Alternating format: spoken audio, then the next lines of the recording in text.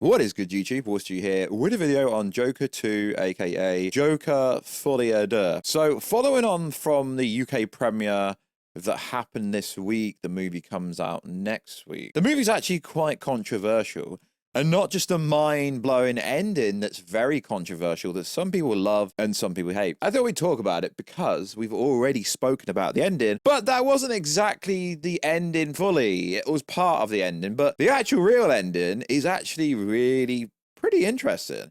And I've spoken to people that were at the UK premiere. I've spoken to people that like it. I've seen people online that hate it. But it's interesting because The Joker, directed by Todd Phillips, starring Joaquin Phoenix playing Arthur Fleck, was pretty much loved. But there was so much hate and love for this movie. So I thought we'd go over exactly what is in this movie and why people are hating it. Why it's probably going to be a controversial movie and why it may not even get close to the numbers of the first movie. So if you are new around here, guys, make sure to subscribe to never miss any Marvel, DC, Kaiju, Monsterverse, pop culture-based content that I try to deliver on a daily basis. You could subscribe to the channel, turn notifications on, and let me know, are you actually going to go watch this movie or do you not care for DC? Remember, this is an Elseworld movie, so it's got nothing to do with the new universe it's building. This is an Elseworld story, just like the Matt Reeves, Pattinson, Batman universe is. So, check us out on Instagram at Warstu to see the beautiful face behind the beautiful voice, and check us out on Twitter. Warstu G. Right, let's go into. So, when the review embargo are lifted for Joker Folie, a couple of the trades never wants to give spoilers a second thought, alluded to the movie potential diverse ending, but they didn't actually really tell you what the real ending was. The suggested ending was Arthur Fleck dies, meaning he never becomes one of Batman's greatest enemies, which is interesting, right? Because no one actually ever confirmed that he was the Joker. It was just an assumption. People just assumed he was the Joker. So then it goes on to say something which hasn't ever seemed overly liked in the grounding world filmmaker Todd Phillips, starring Joaquin Phoenix, have created. It goes one step further. Now, following an additional rounds of screenings, and this came out basically after the UK premiere, we have a better idea of why the director recently described the Joker's second conclusion as unsettling, alluding to reviews which took issues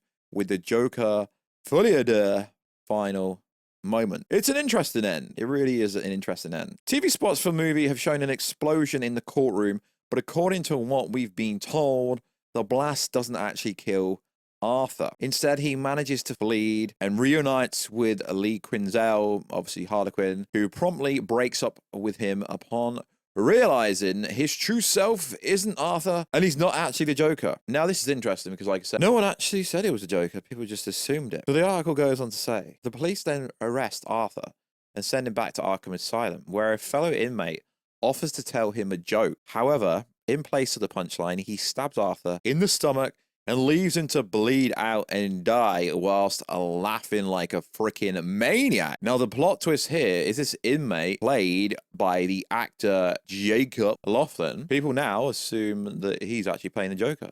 So he proceeds to give him a Glasgow smile akin to the one he alleges Joker has in The Dark Knight. Joker Folie Deux then ends with the insinuation being that he is the true prince of the crime. And now people seem to think this is a prequel to Christopher Nolan's trilogy. So it goes on to say, does this mean Joker and Joker Folie Deux is a prequel to Christopher Nolan's trilogy? Well, probably not. Remember that the Joker's original ending with Joaquin Phoenix giving himself a Glasgow smile before plans changed, and he instead drew it on with blood himself. Now, this is interesting because, as you know, he wasn't even the Joker, but did anyone actually ever confirm he was Joker? This will be very controversial because you know how DC fans are. This will be a very controversial ending. So on Twitter, I've had a look at some of the reviews from people that watched it. And there's an interesting take here. It says this: acting, cinematography, set design, all amazing. Where it sucks for me is the overall plot, writing, and just the inclusion of the songs.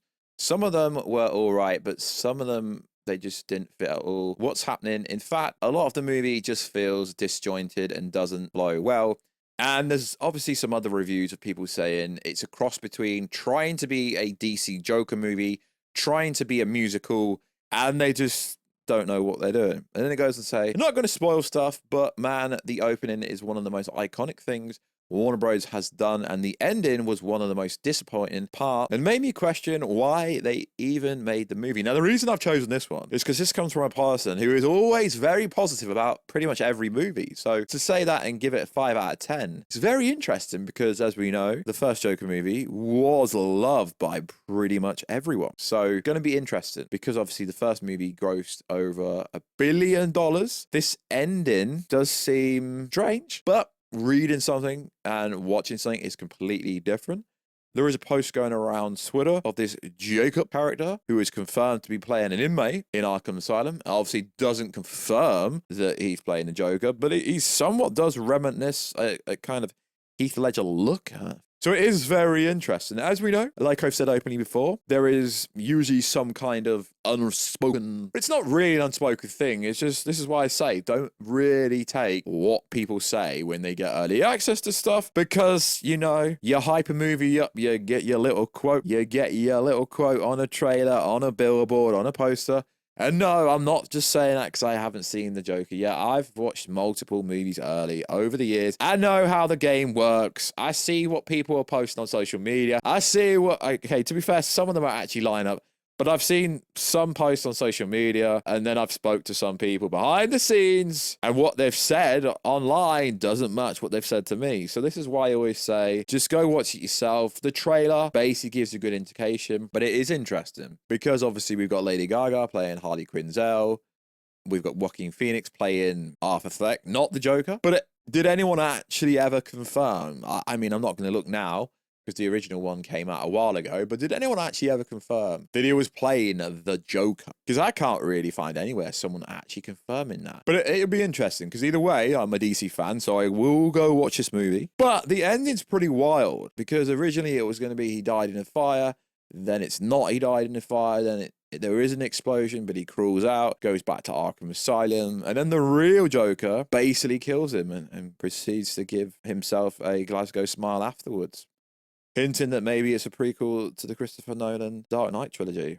I mean, I don't know. It's interesting. It's always interesting when people say stuff on social media. Not the same as them talking with their friends that just post on Twitter, post on Instagram, post on TikTok, you know?